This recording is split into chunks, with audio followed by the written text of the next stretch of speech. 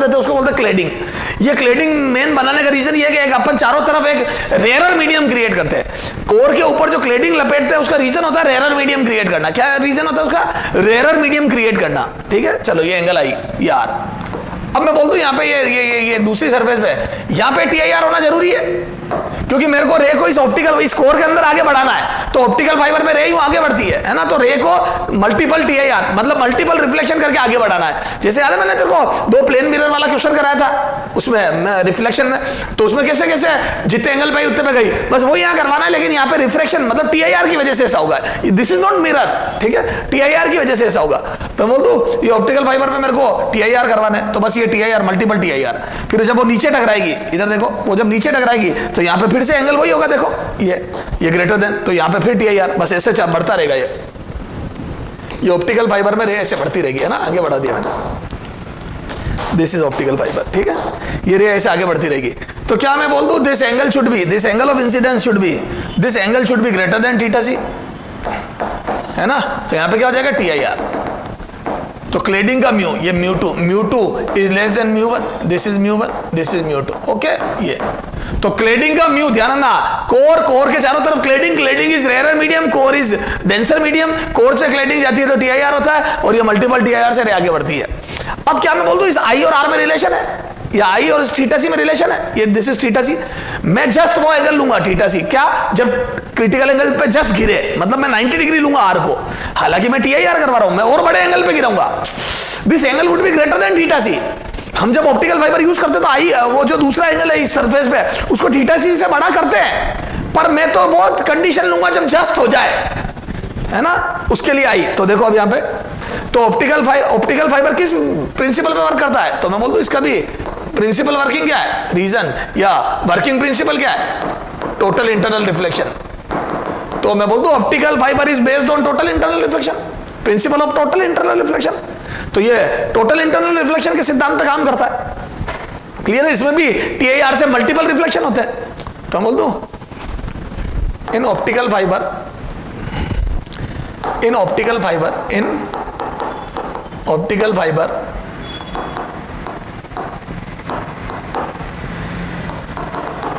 EM wave, है ना, या लाइट, यूं लिख लो, लाइट ट्रेवल्स, लाइट, या यूं लिख दो इन, है ना, EM waves travels via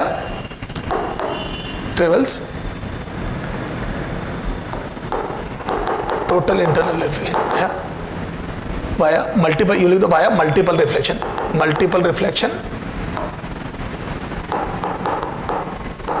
due to TIR। TIR की वजह से मल्टीपल रिफ्लेक्शन होता है और ये वेव ट्रेवल करती है, लाइट रे ट्रेवल करती है, क्लियर है, बाय मल्टीपल रिफ्लेक्शन, ठीक है। तो मल्टीपल रिफ्लेक्शन की वजह से ऑप्टिकल फाइबर में लाइट रे ट्रेवल करती है ना, TIR।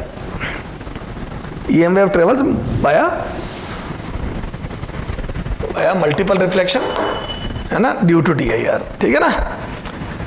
तो ये अब देखो इसमें एक रिलेशन होता है एंगल ऑफ इंसिडेंस और इसमें क्या होता है, तो देखो इसको मैं बोलता हूं फर्स्ट सरफेस और इसको बोल रहा हूं मैं सेकंड सरफेस, है ना। एट सरफेस वन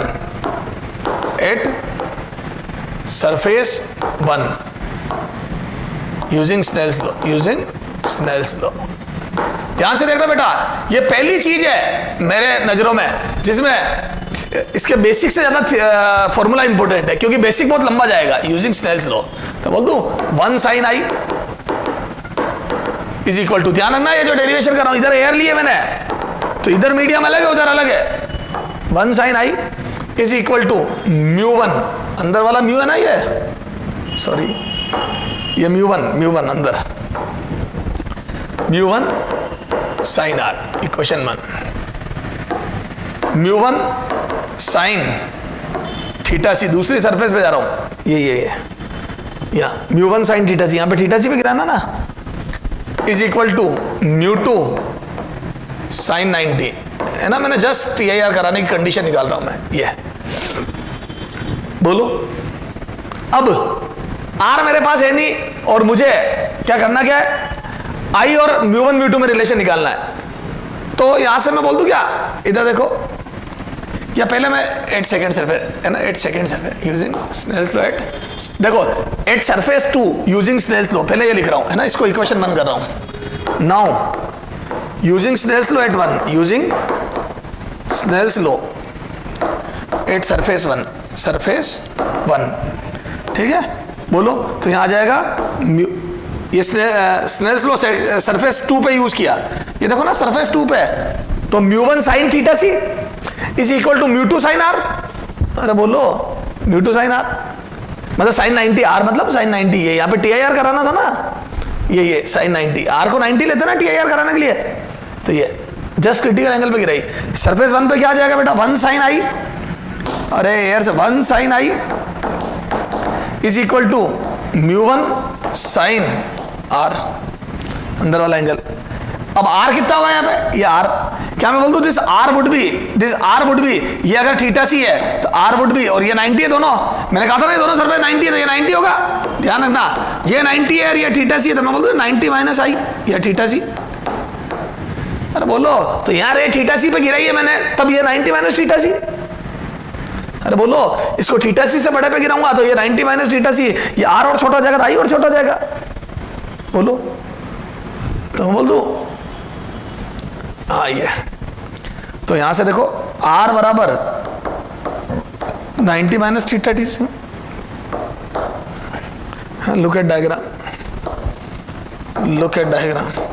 डायग्राम में मैंने बता दिया ये बात है ना, लुक एट डायग्राम, चला जाओ। तो ये देखो पुट इट इन अबाउ, तो ये इसको रख रहा हूं यहाँ पे, तो कितना आ जाएगा ये, यहाँ आ जाएगा sine I is equal to mu one sine 90 minus theta C, तो आ जाएगा sine I is equal to mu one cos theta C, तो आ जाएगा म्यू1 कोस थीटा सी, ये आर की वैल्यू रख दी 90 माइनस, तो ये म्यू1 कोस थीटा सी, ये इक्वेशन 2। तो मेरे पास 2 इक्वेशन हो गई, इक्वेशन 1 ये है ना, इसको मैं ये लिख दूं क्या, और ये यहाँ पे mu one sine theta C is equal to mu two sine 90, अगली स्टेप में लिख दूं ये mu one sine theta C is equal to mu two, ये इक्वेशन 1 इसको देता हूं, है ना। अब 1 और 2 से ये इक्वेशन 1 में भी थीटा सी आ गया, 2 में भी थीटा सी आ गया, मुझे थीटा सी उड़ाना तो मैं कर दूं 1 का स्क्वायर प्लस 2 का स्क्वायर, इक्वेशन 1 का स्क्वायर प्लस इक्वेशन 2 का स्क्वायर करो, तो कितना आ जाएगा, तो यहां से मैं बोल दूं ये कितना आएगा, ये म्यू1 स्क्वायर, तो यहां से आ जाएगा mu one square sine square theta C, तो आ जाएगा mu one square sine square theta C, इसको इधर लिख रहा हूं plus mu one square cos square theta C. देखो इसका तो आ गया mu one square cos square theta C, इसको इधर लिख दिया, इसको इधर लिख दिया, और उधर देखो इसका आया म्यू1 स्क्वायर साइन स्क्वायर थीटा सी, और उधर आ जाएगा म्यू2 स्क्वायर, और इधर से आ जाएगा साइन स्क्वायर, ये इज इक्वल टू म्यू2 स्क्वायर आया उसका, प्लस इसका इधर लिख रहा हूं साइन स्क्वायर आई, ये। तो मैं यहां से म्यू1 स्क्वायर कॉमन ले लूं, sine square theta C plus cos square theta सी, ये इज इक्वल टू कितना आ जाएगा बेटा, mu two square plus sine square I, तो ये आ जाएगा 1, तो यहां से मैं बोल दूं sine square I is equal to आ जाएगा बेटा mu two square minus mu one square, तो यहां से साइन आई कितना आ जाएगा बोलो, sine I is equal to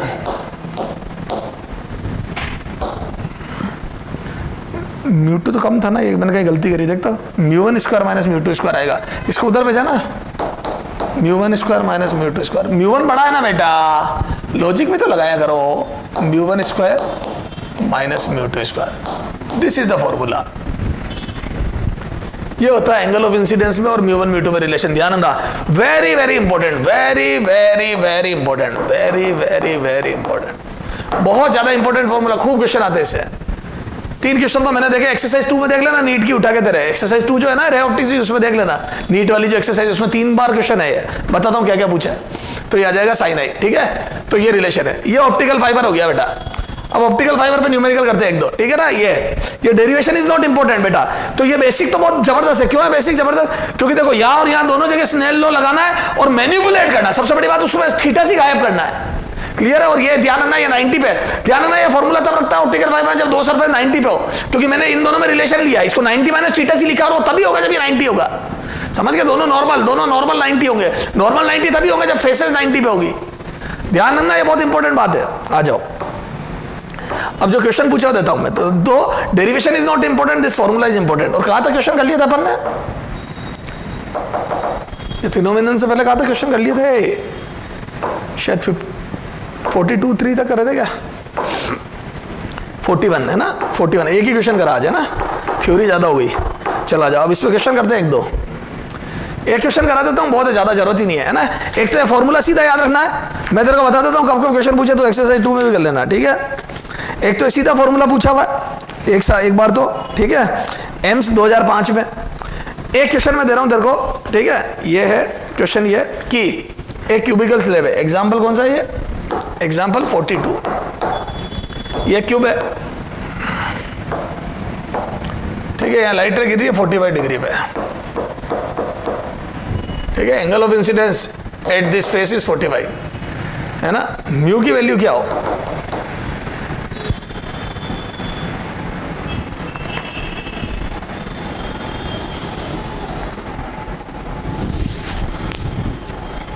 है ना, कि रे इस फेस से बाहर ही ना है,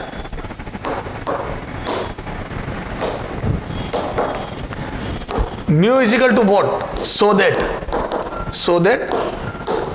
रे will not come out,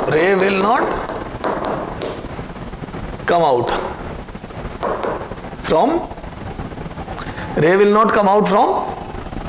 AC face, ठीक है। म्यू की वैल्यू क्या होगी, रे यहां से बाहर ना है, मतलब वही वाली बात हो गई, यहां पास आएगी और फिर यहां TIR हो जाना चाहिए। और अगर दो फेस 90 डिग्री पे हो, this is mass, this condition is mass, दो फेस अगर 90 डिग्री पे हो और सेकंड पे TIR कराना हो तो फॉर्मूला लग जाएगा, बिल्कुल लग जाएगा सर आप वाला। तो बोल दो यहां से सॉल्यूशन में क्या, sine I is equal to, बोलो μ1 स्क्वायर माइनस μ2 स्क्वायर। μ1 मुझे निकालना है, μ2 1 है, इधर एयर है, ये देखो μ2 ये 1, ये एयर है, क्लियर है। आ जाओ, कितना आ जाएगा ये, तो यहां से आ जाएगा साइन 45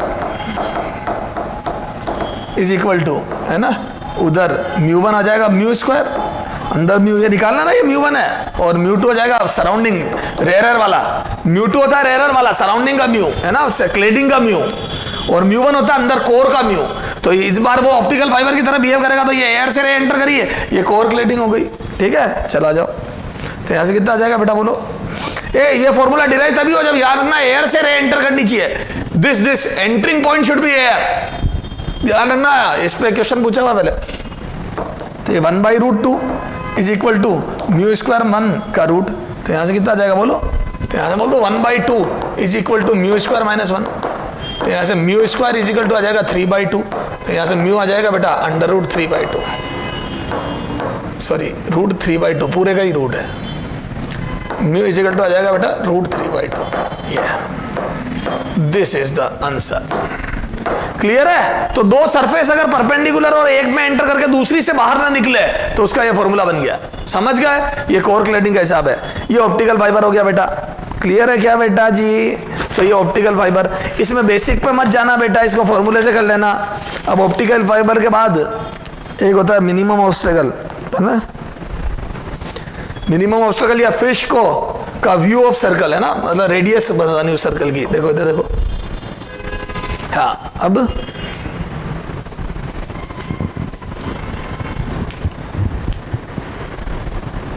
देखो, अब TIR का अगला एप्लीकेशन बताता हूं, है ना।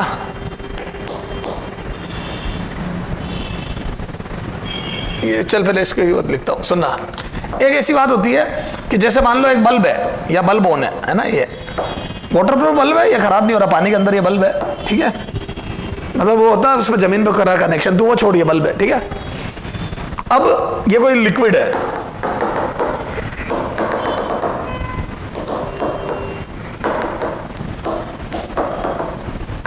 है ना, ये यहां से लाइट रे जा रही है, क्या ये सारी रे बाहर जाएगी? नहीं, जैसे ये रे बाहर जाएगी सीधी सीधी, कोई दिक्कत नहीं है। इधर देखना बेटा, फिर मैं डायग्राम वापस बनाऊंगा, पहले समझा रहा हूं तेरे को। यहां से रे आएगी, बिल्कुल आएगी, क्या मैं बोल दूं यहाँ पे अवे फ्रॉम नॉर्मल होगी, बिल्कुल होगी ये गई, तो मान लो 30 डिग्री पे गिरी और 45 पे गई, ओके यार ये गिरी, ये फिर और दूर गई, ऐसे करते करते ये और दूर गई। मैं बोल दूं ऐसे करते करते एक एंगल आएगा, जैसे जैसे अवे फ्रॉम नॉर्मल हो गया आप, एक एंगल आएगा जब रे 90 पे जाएगी, ये नॉर्मल से 90 डिग्री पे जाएगी। This particular angle is called critical angle, ये आई, दिस इज थीटा सी, ये इसको क्रिटिकल एंगल बोलेंगे, ये क्लियर है। ऐसे इधर भी आएगा ये आई थीटा सी, ये तो दोनों तरफ, मतलब दोनों तरफ छोड़ो, ये पूरा एक सर्कल बनेगा। ये तो 3D में ये बल्ब है, तो ये तो पानी तो सब तरफ है ना, ये पूरी पानी की सरफेस, तो जितना एंगल इधर बना उतना इधर, उतना इधर, उतना पूरा एक सर्कल बनेगा। तो बोल दो उसके बाद रे बाहर नहीं आएगी, तो इससे पहले पहले तक, इस सर्कल से पहले पहले तक रे बाहर जाती है, ये यहां जो भी गिरती है वो सब बाहर जाती है, ये। तो क्या मैं बोल दूं क्या अंदर पड़े बल्ब से सारी रे बाहर नहीं जाएगी, एक पर्टिकुलर डिस्टेंस तक की रे बाहर जाती है? अरे बोलो। तो ये देखो ये बल्ब,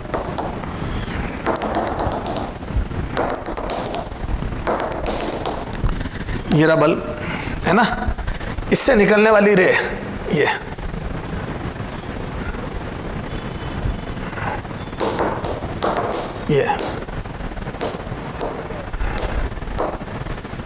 ये एक पर्टिकुलर एंगल तक की रे बाहर जाती है।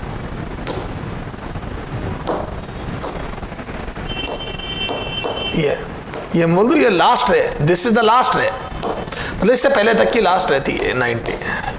तो मुझे वो रे पता करनी जो बाहर जस्ट नहीं गई, जाने से चूक गई, इससे पहले तक की तो सारी रे जा रही थी, और ऐसे इधर भी होगा।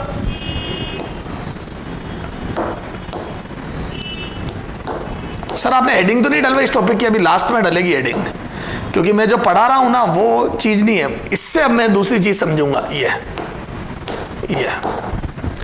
तो दीज आर द लास्ट रे। तो मैं बोल दूं ऐसा दो तरफ नहीं है, ऐसा पूरा सर्कल बनेगा, ये this would be the circle, 3D में सब तरफ होगा ये तो।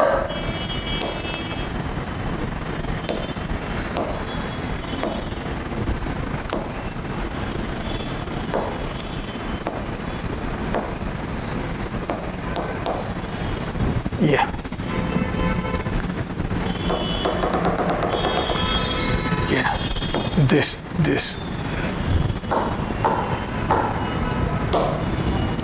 ये उसकी रेडियस होगी r, ये हाइट h होगी, ये रहा ये सर्कल है, इसके अंदर की रे बाहर निकलेगी, दिस इज द कोन जिसके अंदर की रे बाहर निकलेगी, ये वो कोनिकल एरिया जहां से रे बाहर निकलेगी, इसके बाहर वाली सब रुक जाएगी। तो हमें यह पता करना होता है इस ऑब्स्टेकल की रेडियस क्या हो मिनिमम, कि कोई रे बाहर ना जाए। एक बल्ब के ऊपर कोसेंट्रिकली कितनी रेडियस की एक डिस्क ढक दूं, ऑब्स्टेकल डिस्क ढक दूं कि कोई रे बाहर ना जाए, है ना, ये सिखा रहा हूं मैं। तो अब देखो क्या मैं बोल दूं this, if this angle is theta C, अच्छा ये एंगल म्यू है, ये सॉरी रिफ्रैक्टिव इंडेक्स इस मीडियम का म्यू है, म्यू, और ये बाहर एयर है, हालांकि ये म्यू 1 म्यू 2 भी ले सकता हूं मैं, फिर म्यू रिलेटिव ले लूंगा, बाहर एयर हो तो फलान जी कितना होगा, बाहर अगर डिमके जी हो तो टिमके जी कितना होगा, सब कर लेंगे अपन।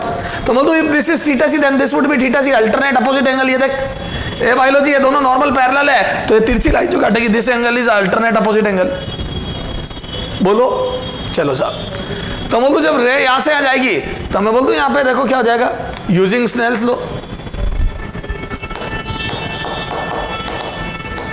यूजिंग स्नेल्स लॉ, तो यहां से बोल दो मैं म्यू साइन थीटा सी, ये mu sine theta C is equal to 1 sine 90।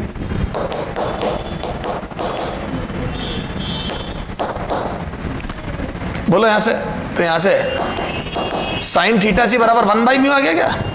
अच्छा अगर यही इधर देख, यही बाहर 1 की जगह म्यू 1 होता, इधर देख ये म्यू 1 होता, जहां से आ रही है और जहां जा रही है वो म्यू 2 होता, तो मैं बोलती हूं यहां से म्यू 1 म्यू 2 आ जाता है। इधर देख यहां कितना आ जाता बेटा, अंदर वाला मीडियम म्यू 1 आ जाता, और ये म्यू 2 आ जाता, सॉरी हाँ ये म्यू 2 आ जाता, ये म्यू 2 आ जाता। तो मैं बोलूँ ये साइन थीटा सी कितना आ जाता बेटा, ये 1, और इसको नीचे ले जा रहा हूं मैं, तो मैं बोल दूं म्यू 1 बाई म्यू 2, ये हो गया पहले मीडियम का refractive index with respect to second medium surrounding के रेस्पेक्ट में, तो मैं बोल दूं सराउंडिंग के रेस्पेक्ट में, तो मैं बोल दूं ये म्यू रिलेटिव बन जाएगा ए या म्यू रिलेटिव ये। तो अगर बाहर एयर की जगह कुछ और होगा तो एयर के रेस्पेक्ट में, अभी तो बाहर कुछ और होगा जैसे म्यू 2 होगा तो उसके रेस्पेक्ट में ये वाला म्यू, अंदर वाला म्यू, तो मैं बोल दूं यहां ये म्यू रिलेटिव, मीडियम का म्यू, मीडियम का mu with respect to surrounding, with respect to surrounding. समझ गए क्या?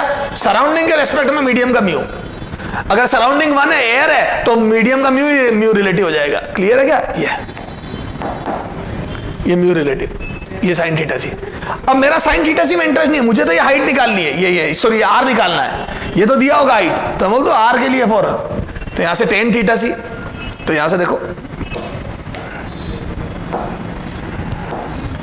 ये थीटा सी, ये 1, ये म्यू आर, परपेंडिकुलर पर हाइपोटेनस, तो ये आ जाएगा कितना म्यू आर स्क्वायर माइनस 1 का रूट अंडर, तो यहां से बोलो टेन थीटा सी कितना आ जाएगा, tan theta C is equal to बोलो tan theta C perpendicular upon base, तो 1 अपॉन ये आ जाएगा 1 upon under root mu are square minus 1, ये आ गया टेन थीटा सी। क्लियर है क्या? अब आ जाओ, तो यहां से टेन थीटा सी आ गया अपने पास, तो यहां से मैं लिख दूं टेन थीटा सी कितना होगा बोलो, तो आर अपॉन एच, तो यहां से लिखो tan theta c from triangle या फ्रॉम दिस, ये यहां से टेन थीटा सी कितना जाएगा आर अपॉन एच, तो यहां से आ जाएगा r upon h is equal to 1 upon under root mu are square minus 1, तो यहां से बोलो आर बराबर कितना जाएगा, तो r is equal to h upon under root mu are square minus 1, ये आ गया r. This is the radius of obstacle, जिससे मुझे बल्ब से है ना, this is the minimum, this is r minimum है ना, आर मिनिमम, ये आर मिनिमम है क्योंकि मैंने थीटा सी वाली रे तक ही तो ढका है, तो ये आर मिनिमम है, सारी आर मिनिमम है। क्या ये आर मिनिमम बेटा जी, थीटा सी वाली तक तो ये आर मिनिमम है, ये मिनिमम आर मिनिमम, तो बोलो this is the minimum radius of disc, obstacle disc, या चल disc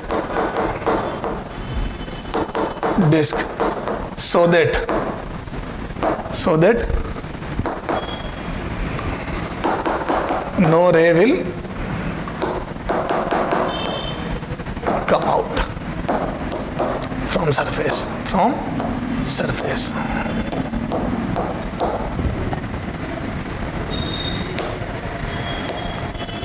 no ray of bulb है ना, bulb will come out from surface, bulb की कोई भी रे बाहर नहीं आएगी, ये मिनिमम रेडियस है। और डायामीटर बोलो, डायामीटर बोलो, डायामीटर क्या लिखूं? कई बार एग्जाम में डायामीटर पूछ लेता बच्चा, जल्दी जल्दी में ये फॉर्मूला लगाया था, तो बोल दो 2r is equal to 2h upon under root mu are square minus 1।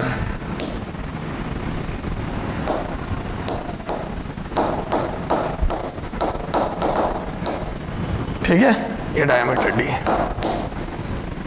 है ना, एरिया ऑफ डिस्क बोलो कितना आ जाएगा, तो बोल दो ए बराबर कुछ मत कर पाई आर स्क्वायर, यहां से कितना आ जाएगा बोलो pi H square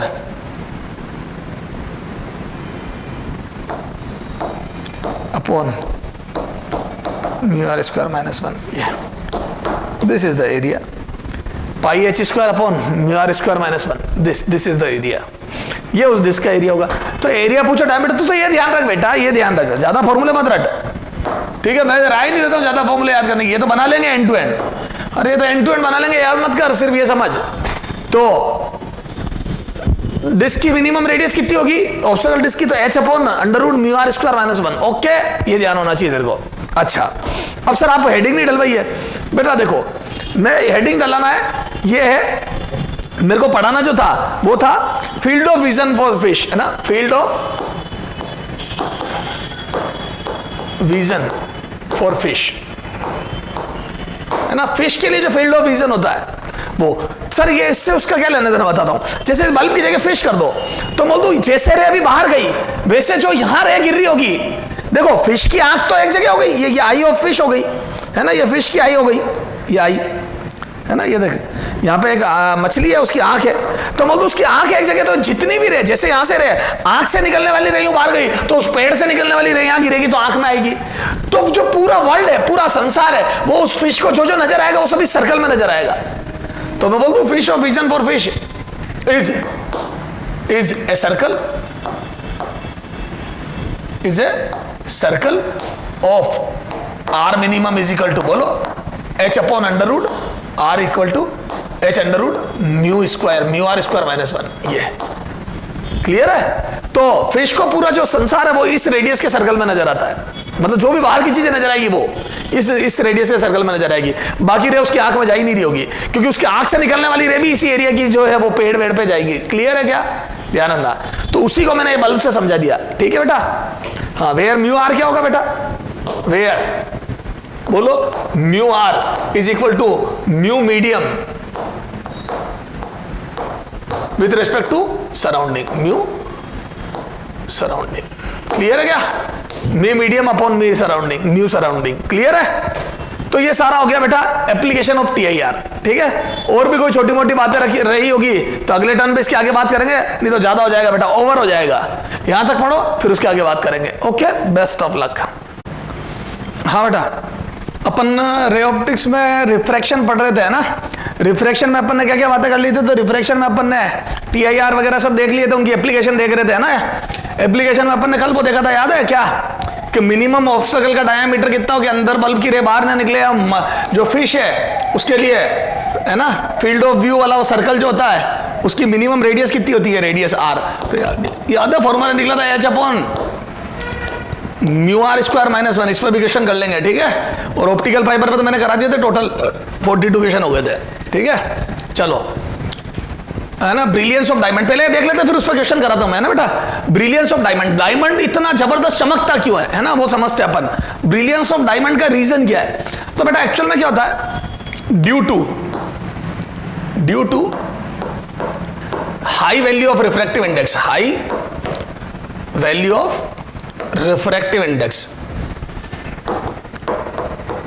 refractive index, due to high value of refractive index, है ना। डायमंड की जो ऑप्टिकल डेंसिटी होती है वो बहुत ज्यादा होती है बेटा, है ना। High value of refractive index, it has low value of, yeah, it has very low value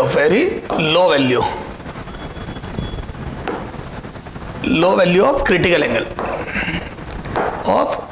angle, critical angle, है ना, थीटा सी, क्रिटिकल एंगल थीटा सी। इसका थीटा सी होता है बेटा लगभग 24.4 डिग्री, अलग अलग बुक में अलग अलग 24 डिग्री के आसपास इसका क्रिटिकल एंगल होता है। Very less value of critical angle, very low value of critical angle. Critical angle की इतनी कम, इतनी वेरी लेस वैल्यू, लेस लिख दो, very less value of critical angle, ठीक है। और इतनी कम वैल्यू होने के कारण टीआईआर ही TI, multiple TIR, there would be multiple TIR. देखो क्या होता है, डायमंड की जो सरफेस है उसको अलग अलग उसके हिसाब से बनाते हैं लोग, है ना। अभी मैं एक डायमंड बना रहा हूं तुम्हारे सामने, है ना, ये जैसे ये डायमंड है, इसको अलग अलग स्टाइल से बनाते हैं वो लोग, है ना।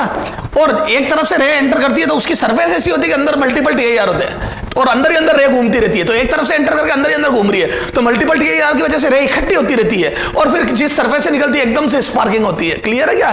तो very less value of TIR there would be when ray enters in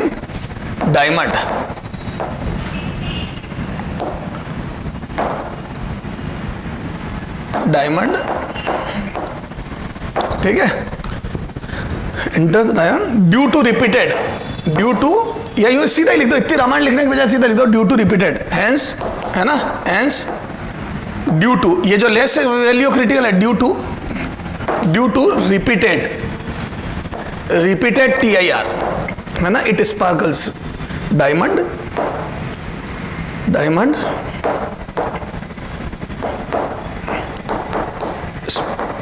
sparkles, ठीक है। तो sparkling of diamond, reason of sparkling of diamond is multiple TIR due to repeated TIR. क्यों होते हैं रिपीटेड टीआईआर? क्योंकि very less value of critical angle होती है। क्यों होती है? ऑप्टिकल डेंसिटी बहुत ज्यादा होती है, इसका म्यू बहुत ज्यादा होता है। क्लियर है क्या? ठीक है ना। तो ठीक है ना, तो मल्टीपल टियर, तो रे बाहर आने से पहले मल्टीपल टियर, तो इस वजह से इसको जब रे बाहर आती है तो खूब सारी रे इकट्ठी होके, ठीक है साहब। तो ये सारी बात समझ में आ गई आपको। तो ये तो बात हो गई इसकी, ठीक है। अगला चलो आप, है ना, लिख लोगे ना इसको, एग्जाम्पल 43। अब थोड़ा क्वेश्चन करते हैं, एग्जाम्पल 43। अब देखो, जैसे क्वेश्चन ये है कि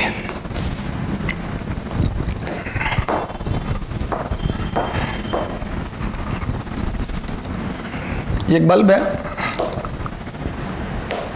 जिसकी डेप्थ सरफेस से 12 सेंटीमीटर है, 12 सेंटीमीटर, ठीक है।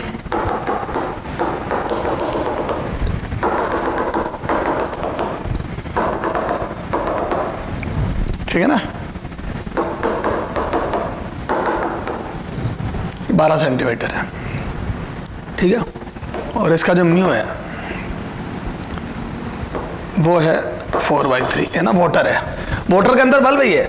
तो वो पूछ रहा है कि minimum diameter of obstacle, minimum diameter of obstacle so that no ray will come out from the minimum radius, minimum diameter of obstacle disc, disc, है ना, minimum diameter of obstacle disc so that no ray will come out from surface, ठीक है, कोई रे बाहर ना है, ठीक है, कितना मिनिमम डायमीटर हो। तो क्या मैं बोल दूं, ये बेसिक से कर रहा हूं, देखो दोनों तरीके से कर रहा हूं, बेसिक से भी और फॉर्मूले से भी। याद है मैंने तेरे को बताया था ऑप्टिकल फाइबर वाले को तो हमेशा तू उससे ही से कर, फॉर्मूले से। तो मैं बोल दूं this would be the last है, ये normal, and this is the last है, ये, and this angle would be theta सी।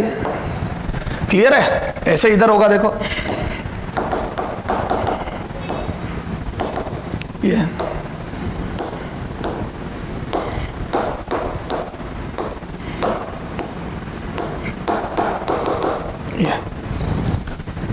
ठीक है। और ये थीटा सी होगा, तो याद है ये नॉर्मल से ये भी एंगल थीटा सी होगा,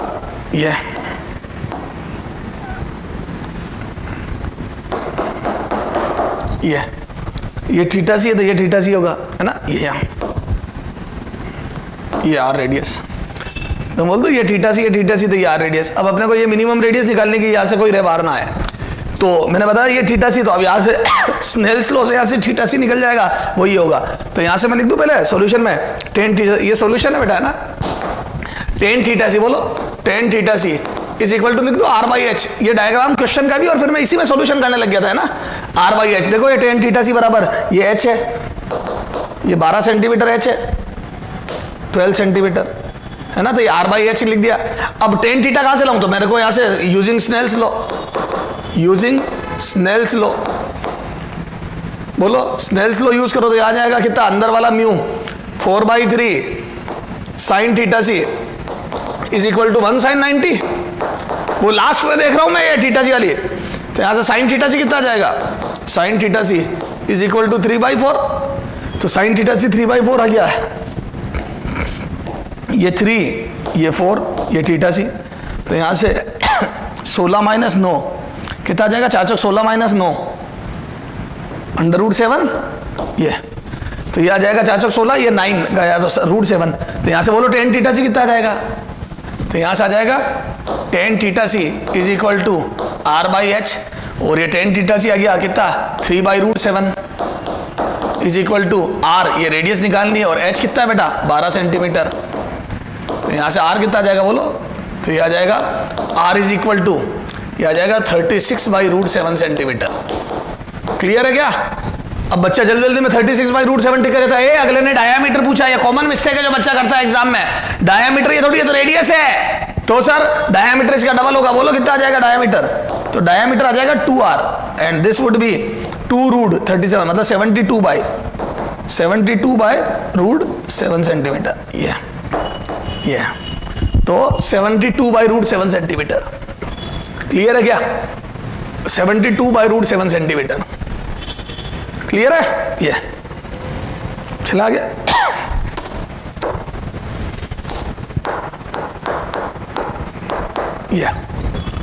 ये अब इस पे जो बेहतरीन, ये तो बहुत बेसिक। अच्छा सर वो ये तो अपन ने बेसिक से करा, फॉर्मूले से। अब ये कई बच्चे डायरेक्ट भी कर सकते हैं। कैसे? चला इसको हटा, ये देख डायरेक्ट भी कर सकते हैं इसको, क्वेश्चन को हटा, आजा डायरेक्ट मेथड 2, डायरेक्ट फॉर्मूला। अब इतनी रामायण तो अपन ने क्लास में कर ली थी। मेथड 2 क्या? मेथड 2 सीधा आर का फॉर्मूला कितना था?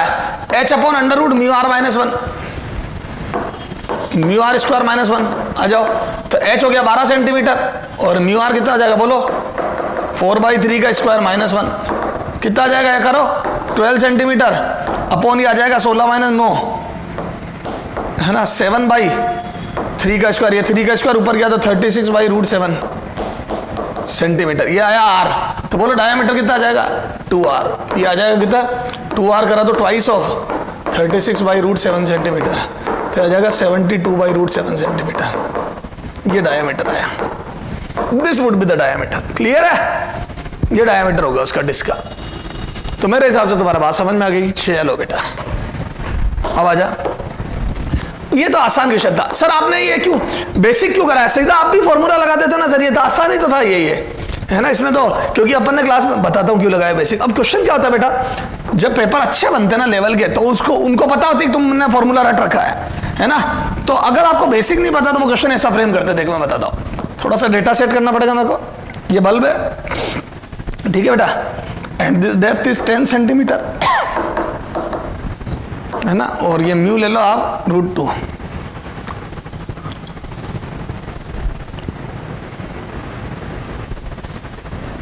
ठीक है,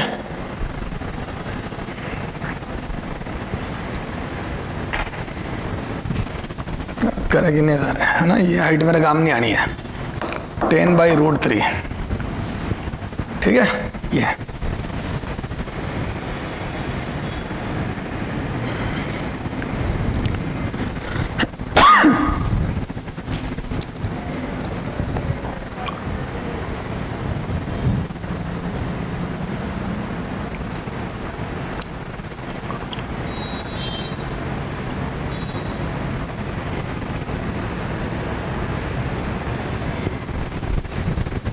ये 10/√3 होगा ना।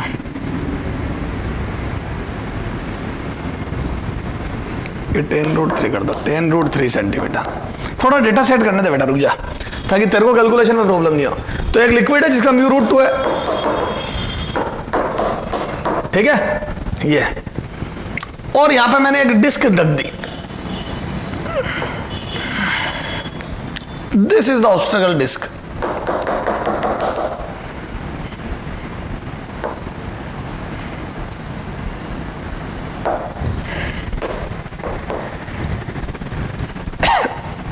ठीक है, ये ऑब्स्टेकल डिस्क है।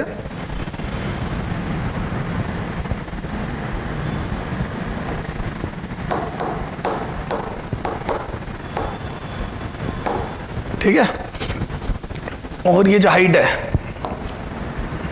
This is 10 centimetre. ठीक है, ये 10 सेंटीमीटर ऊपर यूं ही मैंने ले लिया। ये एक बॉल है, मतलब ये यूं समझ लो एक स्क्रीन रखी हुई है। ठीक है, तो आपको बताना है डायमीटर या रेडियस, रेडियस है ना, मेरे को भी क्या, radius of image of disc on screen will be. ठीक है, विल बी, ये स्क्रीन है। ठीक है, ये स्क्रीन है, इस पर डिस्क की इमेज क्या होगी? सर कुछ समझ में नहीं आया, बताता हूं। अभी मैंने तेरे को ये बताया कि कितना डायामीटर या कितनी रेडियस होगी, रे बाहर ना जाए। चलो अपन वो निकालते हैं, हालांकि मेरे से पूछा नहीं किसी ने, वो निकालते हैं। सर वो क्यों निकाल रहे हो? ताकि मुझे पता पड़े डिस्क। अच्छा सॉरी, इसकी डिस्क की तो रेडियस लिखी थी मैंने, ये दिस इज 10 सेंटीमीटर। ये तो इस बार मुझे ये आर दे दी है, तो पहले मैं पता करता हूं कि इस हाइट के लिए, इस पर्टिकुलर 10√3 हाइट के लिए h इज इक्वल टू 10√3 है ना, इस पर्टिकुलर हाइट के लिए सेंटीमीटर वाली, इस हाइट के लिए कितनी रेडियस होती कि रे बाहर ना जाती है ना, ये पता करते पहले। चलो आ जाओ, तो यहां से मैं बोलूं, यहां से देखो ये है ना, r minimum, so that no ray will, so that no ray will come out from surface from liquid surface, from liquid surface, ठीक है। इस लिक्विड सरफेस से कोई रे बाहर ना है तो आर मिनिमम बताना, ठीक है। विल बी है ना, पहले मैं यूं ही पूछा नहीं है फिर भी निकाल रहा हूं ताकि मुझे एक आइडिया लगे हो क्या रहा है। H upon under root mu are square minus 1, ये इस फॉर्मूले से बोलो under root mu square minus 1। अरे वो म्यू आर ही म्यू, और एच कितना है बेटा, हाइट 10 रूट 3, और ये आ जाएगा म्यू स्क्वायर 2 माइनस 1, तो ये आ जाएगा 1, 10 रूट 3 सेंटीमीटर, 10 रूट 3 सेंटीमीटर की चाहिए, और ये कितनी है 10। तो बोल दो 10 रूट 3 चाहिए थी और ये 10 है, तो बोल दो 17.32 चाहिए थी पर ये 10 है, तो बोल दो ये थोड़ी कम है। अरे 17.32 से कम है, तो बोल दो ये थोड़ी छोटी पड़ गई, यहां तक डिस्क चाहिए थी यहीं तक है, तो बोल दो रे कंफर्म बाहर निकलेगी। बेटा मिनिमम रेडियस था कि कोई रे बाहर नहीं आया, वो आई रे 10 रूट 3, ये 10 क्योंकि मैंने फॉर्मूला 10 रूट 3, तो मैं बोल दूं ये तो 10 ही है, यहां तक चाहिए थी डिस्क, तो मैं बोल दूं कुछ रे बाहर जा रही होगी, इतने एरिया से रे बाहर जा रही होगी, पर मुझे इसकी इमेज चाहिए, और इमेज कैसे बनती पता है तेरे को, ये वाली रे, ये शेडो कैसे बनती है, तो ये रे गिरिया, तो बोल दूं इसका रिफ्लेक्शन होगा और ये अवे फ्रॉम द नॉर्मल हो जाएगी ये रे। बेटा जी ये देखो ये नॉर्मल है, ये रे अवे होगी और ये रे जैसे अवे होगी, तो बोल दूं ये इस टाइप से शेडो कास्ट होगी वहां ऊपर, ये तो यहां से रे अवे हटेगी और यहां शेडो बन जाएगी। ये देखो इधर भी देख,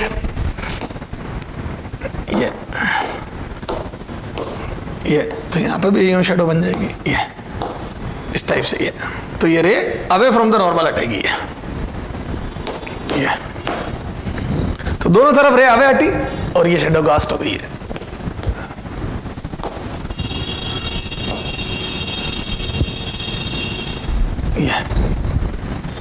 ये इससे तो ये जो कॉर्नर वाली रे ये सब 3D में टच होके ये शेडो कास्ट करेगी, इसके बीच में कोई this would be the geometrical shadow of this disc, इसके बाहर तो रे होगी, मुझे इसकी रेडियस निकालनी है, तो इसका सेंटर भी ये I have to find out this radius r, ये पूछा जा रहा है मेरे से क्वेश्चन में, समझ गए। तो मैंने सबसे पहले मिनिमम रेडियस देखी कि कोई रे बाहर न जाए, अगर कोई रे बाहर नहीं जाती तो ऊपर की तरफ कोई शेडो नहीं आता, तो कोई रे बाहर न जाए उसके लिए 10 रूट 3 चाहिए, और ये 10 रूट 3 से कम है, इसका मतलब रे तो बाहर जाएगी, और रे बाहर जाएगी तो मैंने वो लाइन देखी जो रे बाहर जाएगी वो ये रही। अब देखो यहां से ये 10 है और ये 10 रूट 3 है, तो याद है पहले अपन इस एंगल से जाते थे, आज ये वाला एंगल पहले निकलेगा, बोलो कितना आएगा ये, और ये एंगल अगर आया आई तो ये आई होगा ना एंगल, तो ये आई होगा, ये भी आई होगा, ये तो ये दोनों एंगल बराबर होता है। जिसने डेरिवेशन करा उसको पता है ये एंगल बराबर होते हैं, याद है अपन ने जब डेरिवेशन करा था तो ये एंगल अल्टरनेट अपोजिट एंगल, ये याद है, ये थीटा सी निकाल के ये करके फिर यहाँ ट्राइंगल बना के आर निकाला था, आज उल्टा है, इससे एक एंगल निकलेगा, बोलो कितना आ रहा है, तो यहां से देखो नाउ 10i फ्रॉम ट्राइंगल, बोलो 10i इज इक्वल टू 10 से परपेंडिकुलर अपॉन बेस करो, परपेंडिकुलर अपॉन बेस, तो यहां से 10i is equal to 10 centimetre upon 10 root 3 centimetre, तो यहां से आ जाएगा 1/√3 10i इज इक्वल टू, तो यहां से i इक्वल टू आ जाएगा 30 डिग्री, ठीक है 30 डिग्री 30 डिग्री, तो मैं बोल दूं i 30 डिग्री आ गया, ये 30 डिग्री आ गया, तो यहां से ये 30 डिग्री तो ये भी 30 डिग्री। अब यहां स्नेल लो लगा के एंगल निकालो, क्योंकि जब तक ये एंगल नहीं निकलेगा, अब देखो यहां से मुझे ये तो पता पड़ गया कि this would length would be 10 centimetre, तो रेडियस का एक छोटा हिस्सा तो पता पड़ गया, ये ओडेस से लेके यहां तक का दिस वुड बी 10 सेंटीमीटर। अब आगे का चाहिए, तो बोल दो ये आई 30 से तो आर निकालना है, तो यहां से मैं बोल दूं यूजिंग स्नेल्स लॉ, तो यहां से आ जाएगा √2 sin i is equal to 1 sin r, ये √2 sin i, तो यहां से आ जाएगा √2 sin अंदर आया 30 degree is equal to 1 sin r, ये आ जाएगा कितना 1/√2 is equal to sin r, तो यहां से r बराबर आ जाएगा 45 डिग्री, कितना आ जाएगा 45 डिग्री, तो ये r आ गया 45 डिग्री, ये तो r आ गया 45 डिग्री, तो this would be the 45 degree, ये 45 डिग्री, और ये लेंथ है 10, तो बोल दो ये भी 10 होगी, ए आर ये देखो ना हाइट 10 दी है ना, और ये 45 डिग्री है, तो इस ट्राइंगल से ये भी 10 आ जाएगी, तो बोल दो आगे की लेंथ भी 10 आ गई, तो टोटल रेडियस कितनी होगी 10 + 10 20, हेंस रेडियस है ना, ये आ गया 10 40, तो मैं बोल दूं फ्रॉम अपर ट्राइंगल बोलो 1045, या छोड़ो अब इतनी रामायण ये वैसे ही पता पड़ रहा ना अपने को, या लिखूं मैं ये पता पड़ रहा ना यार, इसको लिखने की जरूरत है क्या? ये ले रेड कलर से, ये ले इसको रेड कलर का कर दो, तो फ्रॉम रेड ट्राइंगल लिख लूंगा मैं ये, तो इसके दो हिस्से कर दूंगा, ये x, तो x आ गया 10 और ये y, ये तो ये y निकाल रहा हूं मैं, है ना। कर दो बोली, चलाओ। From red triangle, from red triangle बोलो, तो 1045 is equal to y by 10 centimetre, वही परपेंडिकुलर अपॉन बेस, तो यहाँ से y बराबर कितना गया 10 सेंटीमीटर, ये आ गया y बराबर 10 सेंटीमीटर, ये दिस इज 10 सेंटीमीटर, ये 10 ये 10, तो बोल दो यहाँ रेडियस कितनी आ जाएगी बोलो, तो रेडियस कितनी आ जाएगी, hence radius of obstacle disc कितनी आ जाएगी बोलो, तो r is equal to x plus y, और ये आ जाएगा 10 plus 10 is equal to 20 centimetre. खत्म। बेहतरीन क्वेश्चन है। देखो शेडो कैसे कास्ट हुई, तो आपको बेसिक पता होगा तो आप ये शेडो बना पाओगे। तो बोल दो ये 10 प्लस 10 20 सेंटीमीटर आ गया, दिस इज सॉरी कहाँ गया रे, मैंने कहाँ लिख दिया, अरे यार ये मैंने कहाँ लिख दिया सोल्यूशन, ये यहाँ कहाँ से लिख दिया, ये कोई पेज ही अलग खुल गया। अरे ये तो सोल्यूशन अपन कौन सा क्वेश्चन कर रहे थे और कौन से पेज पे चलेगा गलती से, या तो फ्रॉम रेड ट्राइंगल है ना ये, यहाँ पे from red triangle 1045 is equal to y by 10 centimetre, y is equal to 1045, ये आ गया 10 सेंटीमीटर। खत्म। यहाँ से रेडियस कितनी आ गई, x plus y, this is r बराबर 20 सेंटीमीटर। खत्म। बोलो बेटा जी ये, तो ये समझ में आ गया ये शेडो कैसे कास्ट हुई। ठीक है, तो ये बेसिक पता होना चाहिए कि कैसे यहाँ पे ये दोनों एंगल सेम होते हैं, कभी इससे निकलता है कभी इससे निकलता है, फिर बाहर वाला एंगल निकल के फिर ये ट्रायंगल ट्रिग्नोमेट्री लग के। क्लियर है? तो बेहतरीन क्वेश्चन थे, तो ये सारे फिनोमिनन हो गए। ठीक है बेटा, अब अपन पढ़ेंगे प्रिज्म। क्या पढ़ेंगे बेटा? प्रिज्म। फिर प्रिज्म पढ़ने के बाद इसकी एक दो एप्लीकेशन और पढ़ेंगे, है ना। स्कैटरिंग भी पढ़ना अपने को, ठीक है। या स्कैटरिंग पढ़ा देता हूँ, एक छोटा सा टॉपिक है स्कैटरिंग, और उसकी एप्लीकेशन देख लेते हैं ताकि वो सारा एप्लीकेशन एक साथ पूरे हो जाए। चलो स्कैटरिंग देख लेते हैं। स्कैटरिंग, ठीक है। स्कैटरिंग में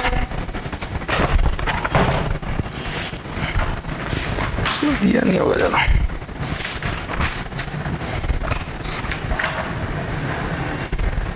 एक मिनट बेटा, है ना।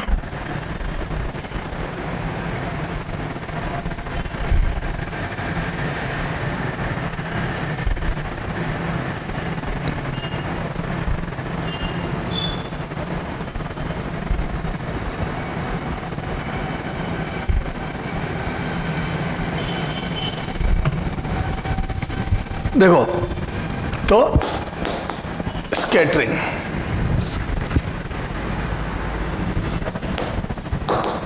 ठीक है। देखो क्या होता है बेटा, स्कैटरिंग होती क्या है, ये जैसे डस्ट पार्टिकल है ना, ये क्या है, डस्ट पार्टिकल। तो जैसे लाइट इधर से आई, तो लाइट का डस्ट पार्टिकल से टकरा के स्कैटर्ड हो जाना या फैल जाना, इसको स्कैटरिंग, है ना। लाइट का डस्ट पार्टिकल से टकरा के फैल जाना, तो लिख दूं लाइट का डस्ट पार्टिकल से टकराकर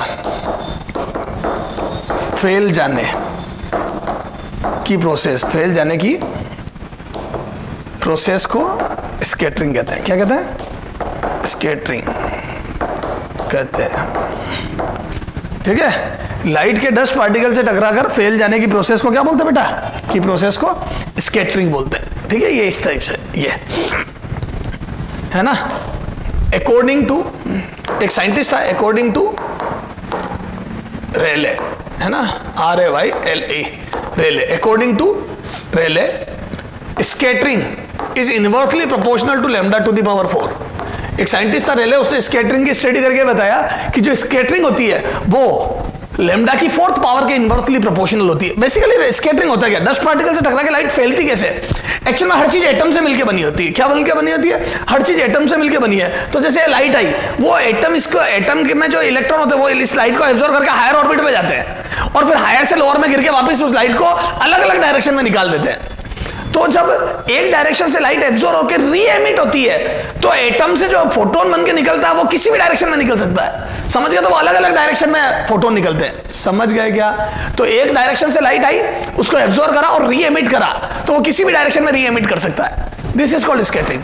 हाँ, अब स्कैटरिंग दो टाइप की होती है बेटा, इलास्टिक और इनइलास्टिक।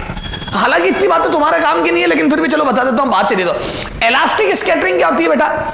इलास्टिक स्कैटरिंग उसको बोलते हैं जिसमें जैसे मान लो 3000 एंगस्ट्रॉम का लैम्डा अगर किसी लाइट का एक एटम ने खाया है, 3000 का एब्जॉर्ब करा और हायर ऑर्बिट में गया, तो वापस जब नीचे आएगा तो 3000 का ही एमिट कर दे, और ऐसा तब होगा 1 से 3 में गया तो 3 से 1 में आए। This is called elastic scattering. तो बोल दो सेम लैम्डा एमिट होना इज कॉल्ड इलास्टिक स्कैटरिंग। और कई बार जैसे 1 से 3 में गया, फिर 3 से 2, 2 से 1 में लौटे, तो बोल दो दो अलग अलग फोटोन आएंगे अलग अलग लैम्डा के, तो लैम्डा डिफर कर गया, थोड़ा ज्यादा वेवलेंथ आएगी, मतलब कम एनर्जेटिक रे निकलेगी। तो खाई 3000 की और निकाली 5000 7000 की, फॉर एग्जांपल। तो क्या मैं बोल दूं अगर दो डिफरेंट लैम्डा निकले या डिफरेंट वेवलेंथ निकली, उसको बोलते हैं इनइलास्टिक स्कैटरिंग, समझ गए? तो देयर आर 2 टाइप। तो हम इतनी रामायण गाते नहीं, हम सारी इलास्टिक स्कैटरिंग ही ले रहे हैं। हम कौन सी ले रहे हैं? Elastic scattering. हम ये मान के चल रहे हैं जो लैम्डा एब्जॉर्ब हुआ वो रीएमिट हो रहा है, समझ गए? तो हम एक आइडियल केस लेके चल रहे हैं इलास्टिक स्कैटरिंग का। तो समझ में स्कैटरिंग होती कैसे? तो वो रेले नाम के साइंटिस्ट ने बोला scattering is inversely proportional to lambda to the power 4। Lambda जितना ज्यादा होगा उतनी कम स्कैटरिंग होगी, लैम्डा जितना ज्यादा होगा उतनी कम स्कैटरिंग होगी। और ये लॉजिकल भी है। क्यों लॉजिकल है? लैम्डा जितना ज्यादा उतनी कम एनर्जेटिक रे होगी, तो स्कैटरिंग होने के चांस कम है, क्योंकि इलेक्ट्रॉनों का ट्रांजिशन होने के चांस कम है। तो ये तो बोल दो लैम्डा वॉयलेट से लैम्डा ब्लू से लैम्डा जी, लैम्डा येलो, लैम्डा ऑरेंज और लैम्डा रेड। रेड का लैम्डा मैं बोल दूं मैक्सिमम है ना? तो मैं बोल दूं स्कैटरिंग ऑफ रेड। तो रेड कलर हैज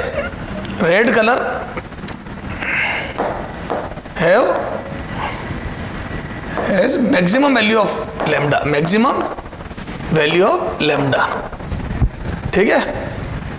या wavelength of red is maximum, है ना? यूं लिखो, lambda of red is maximum, hence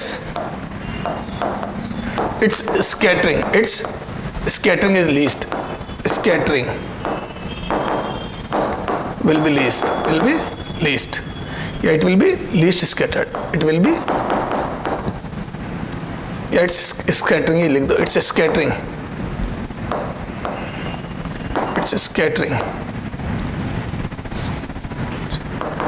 will be least, ठीक है? इसकी स्कैटरिंग सबसे कम होगी, क्लियर है क्या? लैम्डा रेड का सबसे ज्यादा, इसलिए स्कैटरिंग मिनिमम होगी, समझ गए?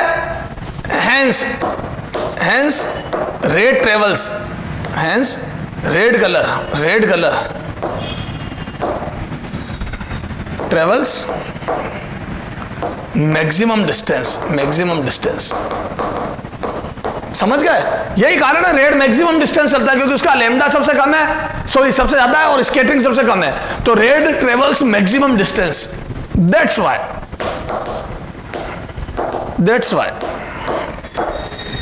है ना ये question. That's why all important signal are, या इंडिकेशन सिग्नल्स और इंडिकेशंस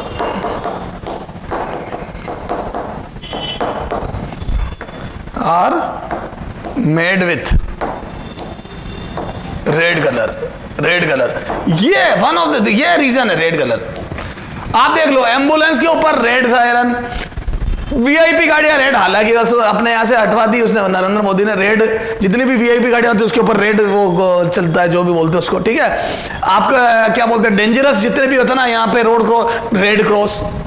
आपने अगर मान लो कारगिल में हर मैदान फतेह कर लिया, तो आपको हिदायत दी जाती है कि जैसे आप कहीं पे भी जंग में फतेह कर लो तो वो रेड कलर का गुलाल उड़ाया जाता है। जितने भी शिप वगैरह चलते हैं ये सर्दियों में अपने क्या बोलते हैं बड़े बड़े ओशन में, तो उन सब में रेड ऊपर वो रेड सिग्नल लगा था, रेड वो लगी होती है लाइट, ताकि दूर से दिख जाए और कोलाइड नहीं करे, ठीक है? क्योंकि फॉग बहुत ज्यादा होती है। तो सारे that's why all important signal या indication are made with red colour, clear है? दिस इज द रीजन, समझ गए? ये सारे इंपॉर्टेंट सिग्नल रेड कलर के बनाते हैं, क्यों? दूर तक दिखे, क्लियर है क्या बेटा? तो समझ में आ गई। तो ये स्कैटरिंग। अच्छा, तो ये सारी स्कैटरिंग की बातें थी, जो काम की बात थी वो मैंने बता दी, रेले नाम के साइंटिस्ट ने बोला। तो why all important signal are made from red colour, तो इसका आंसर दे दोगे, ये कारण है। अच्छा और देखो है ना, अब इसकी एप्लीकेशन देख, at the time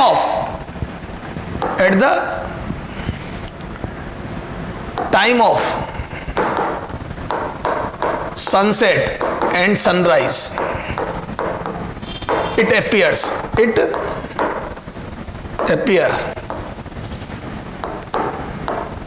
orangish reddish. Why orangish?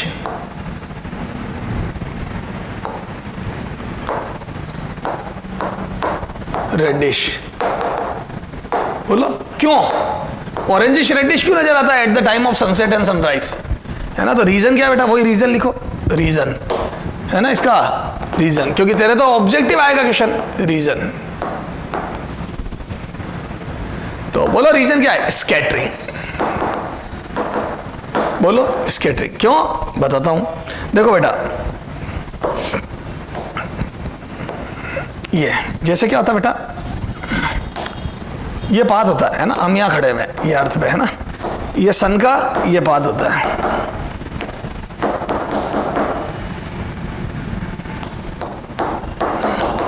ये है ना, ये पाथ ट्रेवल करता है सन। तो दिन में सन की हमारे से मिनिमम डिस्टेंस होती है, मिनिमम नहीं बोलते हमारे मारवाड़ी में कि माता माते तावड़ा आवे, दिन में जैसे अपन गर्मी के दिनों में बाहर धूप में खेलने जाते हैं, कई लड़के जैसे खेलने निकल जाते हैं क्रिकेट वगैरह, तो मम्मियाँ बोलती है दिन में मत जाया, कई लड़कियां बाहर जा रही होती है जैसे शॉपिंग हो, दिन में मत जा, माता माता तावड़ा, मतलब ऐसा मारवाड़ी में बोला जाता है, ठीक है। तो दिन में सूरज हमारा सबसे नजदीक होता है और सुबह और शाम मैक्सिमम डिस्टेंस होती है, दिस इज मैक्सिमम डिस्टेंस। तो मॉर्निंग और इवनिंग में सन की, मतलब इवनिंग में सन की हमारे से मैक्सिमम डिस्टेंस होती है, क्लियर है? तो सन का ये बात होता है। तो अब मतलब मैं तुम्हारे को समझाने के लिए बता रहा हूं, जैसे डस्ट पार्टिकल आए बीच में, तो क्या मैं बोल दूं सुबह और शाम को सन और हमारे बीच में मैक्सिमम डस्ट पार्टिकल होंगे, बोलो, क्योंकि डिस्टेंस ज्यादा होने के कारण, हालांकि पोल्यूशन कम, लेकिन डिस्टेंस ज्यादा होने के कारण सुबह और शाम को मैक्सिमम डस्ट पार्टिकल मानते हैं। और जब सुबह और शाम को हमारे मैक्सिमम डिस्टेंस पे सन है, तो बोल दो हमारे पास जो कलर आ रहे हैं, मैं बोल दूं जितने भी कलर आ रहे हैं उनमें से जिनके लैम्डा कम है वो सबसे पहले स्कैटर्ड होंगे। तो सबसे पहले बताओ वॉयलेट स्कैटर्ड होगा या रेड? वॉयलेट। तो बोल दूं यहां पे लिखो इन मॉर्निंग, अब रीजन है ना इसके, सनसेट है, in morning and evening time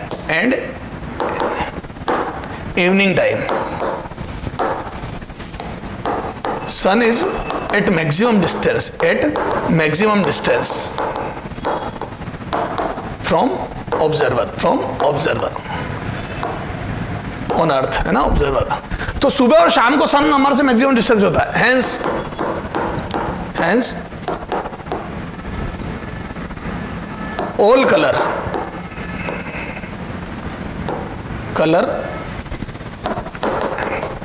accept orange red,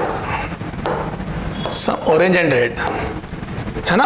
ऐसा भी नहीं, ऑरेंज भी काफी हद तक scattered, will be scattered, all color except orange and red will be scattered due to large distance, due to high number of dust particle, due to high number of dust particle। क्यों आया high number?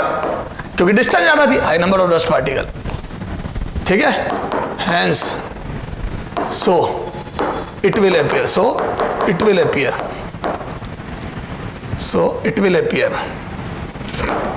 orange red,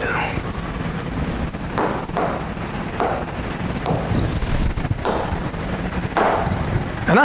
तो सुबह और शाम को सन orange red appear होता है, clear है? मॉर्निंग डे टाइम में क्या होता है, उससे डिस्टेंस थोड़ी कम होती है, तो ऑन एंड एवरेज 2-4 कलर गायब होते हैं और येलोइश, थोड़ा सा व्हाइटिश येलोइश नजर आता है, क्लियर है? क्योंकि यूं समझ लो लगभग सारे कलर पहुंच रहे हैं और 1-2 गायब हुए, तो वो कॉम्प्लीमेंट्री ऑरेंज, वो येलोइश नजर आता है। वैसे भी देखो ना विप ग्योर में, ठीक है, विप ग्योर में ये देखो, ये कलर अगर गायब होता है तो ये येलो नंबर आ जाता है, ठीक है ना। हालांकि वो कॉम्प्लीमेंट्री कलर से नजर आता है। जो कलर गायब हो गया white minus that would be complementary yellowish, तो कलर बदलता रहता है। देखो एक और बताता हूं मैं, कई बार देखता हूं गर्मी के दिनों में शाम को 4-5 बजे है ना, थोड़ा सा येलोइश सन नजर आ रहा है, तो अचानक से धूल भरी आंधियां चलने लगती है। तो कई बार धूल भरी आंधियां चलती है एकदम लू टाइप, तो एकदम धूल से भरी आंधियां चलती है, तो धूल भरी आंधियां चलती है तो एकदम नहीं देखते तुम, जो 4 बजे 5 बजे येलोइश टाइप होना चाहिए था सन, व्हाइटिश येलोइश, वो एकदम से ऑरेंजिश हो जाता। देखना कभी महसूस करना, और किया भी होगा तुमने, तो एकदम धूल भरी आंधियां चलती है तो एकदम से पूरा सराउंडिंग जो होता है वो ऑरेंजिश ऑरेंजिश रेडिश रेडिश होने लगता है। और कई बार शाम को 5-6 बजे जब वो ऑरेंजिश हुआ होता है और तब धूल भरी आंधी, तो एकदम अंधेरा छा जाता है। क्यों? क्योंकि इतना ज्यादा धूल के कण आ जाते हैं कि वो जो ऑरेंज और रेड कलर बचना चाहिए था वो भी स्कैटर्ड हो गया, तो एकदम से अंधेरा सा नजर आने लग जाता है। क्लियर है क्या? तो ये सब ये स्कैटरिंग के फिनोमिनन ही है, ठीक है। तो रीजन, फिर से रीजन पूछेगा स्कैटरिंग है, और क्या हुआ वो भी मैंने थोड़ा समझा दिया।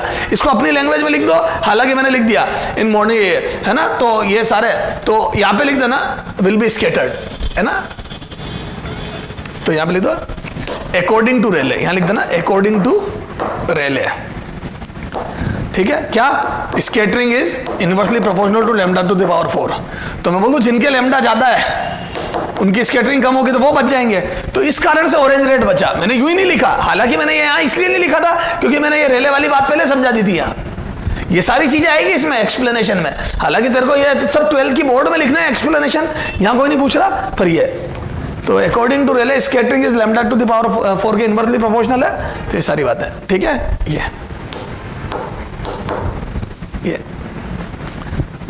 तो all colour except orange and red will be, ठीक है ना। तो ये अब एक sky blue, bluishness of sky,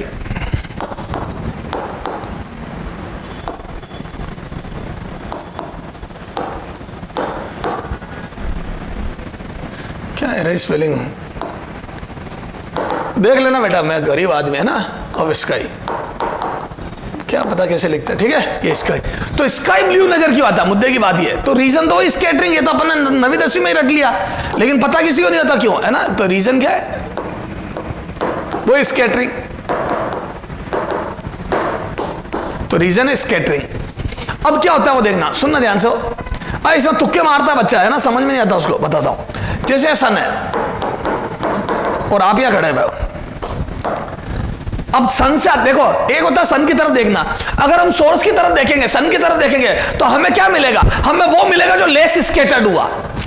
अगर I will see towards source, then I will see क्या, वो कलर जिसकी स्कैटरिंग मिनिमम हो। सर क्यों?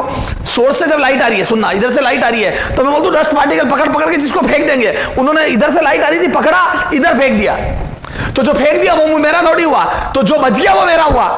तो मैं बोल दूं, जब मैं सोर्स की तरफ देखता हूं तो दूर तक मैं खड़ा होकर रेड देख सकता हूं, क्योंकि रेड की स्कैटरिंग मिनिमम होगी। तो मैं बोल दूं, जब हम सोर्स की तरफ देखते हैं तो हमें लेस स्कैटर्ड चीज नजर आती है, जो स्कैटर्ड नहीं होगी वो हमें नजर आएगी। लेकिन जब हम स्काई को देखते हैं तो पिक्चर अलग है, तब हमें ज्यादा स्कैटर्ड चीज नजर आएगी। देखो, when I was looking towards sky, जब मैं स्काई की तरफ देख रहा हूं तो मैं बोल दूं स्काई क्या है, डस्ट पार्टिकल का है। व्हाट इज स्काई, मैं देख रहा हूं डस्ट पार्टिकल की तरफ, I am looking toward dust particle, these are dust particle, क्या है, डस्ट पार्टिकल। तो मैं जब डस्ट पार्टिकल की तरफ देख रहा हूं तो बोल दूं इधर से लाइट आ रही है, I am not looking toward source, I am looking toward dust particle. तो मैं बोल दूं बाकी चीजें तो सीधी चली जाएगी, कौन कौन, जो कम स्कैटर्ड होगी, ये कम स्कैटर्ड, ये जो कम स्कैटर्ड है वो तो यूं जा रही है, वो मेरे पास थोड़ी आ रही है। और मैं बोल दूं डस्ट पार्टिकल जिसको पकड़ के फेंकेंगे, ये जो स्कैटर्ड होगी, ये होगी जो स्कैटर्ड होगी, स्कैटर्ड, यहां येलो कलर से लिखो, जो स्कैटर्ड होगी, स्कैटर्ड ज्यादा होगी, वो ओ को मिलेगी, ऑब्जर्वर को मिलेगी, ए मेरे लाल, जो ज्यादा स्कैटर्ड होगी वो मेरी तरफ आएगी, और जो कम स्कैटर्ड होगी वो सीधी चली जाएगी। देख, कम स्कैटर्ड, ये कम स्कैटर्ड, वो सीधी चली गई। क्लियर है? और ज्यादा स्कैटर्ड कौन सी होती है, तो मैं बोल दूं जो ज्यादा स्कैटर्ड, वॉयलेट, ब्लू, ठीक है, ये मैक्सिमम स्कैटर्ड होने वाली है। तो सर हमें वॉयलेट और ब्लू क्यों नहीं नजर आता, है ना। तो वॉयलेट और ब्लू इसलिए नजर नहीं आता क्योंकि वॉयलेट क्यों नहीं नजर आता, फिर वो वापस अब इधर आएगी। अब देखो, तो ये मेरे लिए सोर्स बन गया एक तरीके से, तो ये dust particle number 1 is source for me, क्योंकि इसी ने उठा के रे मेरी तरफ फेंकी है। फिर जब ये आ रही है तो ये वाले डस्ट पार्टिकल और वापस स्कैटर्ड कर देंगे, तो ऑन एंड एवरेज मेरे पास ब्लूइशनेस टाइप पहुंचता है, समझ गए? तो ऑन एंड एवरेज मेरे को ब्लू ब्लू नजर आता है ना। और डस्ट पार्टिकल ये अगर बहुत ज्यादा होते हैं, समझ गए, मतलब मुद्दे की बात ज्यादा फंसना नहीं है, ठीक है? तो मैं बोल दूं तो on and average blue colour will be appear, on and average bluishness will be, है ना, ब्लू कलर, ब्लूइशनेस किस blue colour, on and average blue colour will be seen by observer. तो समझ में आ गई क्या हो रहा है?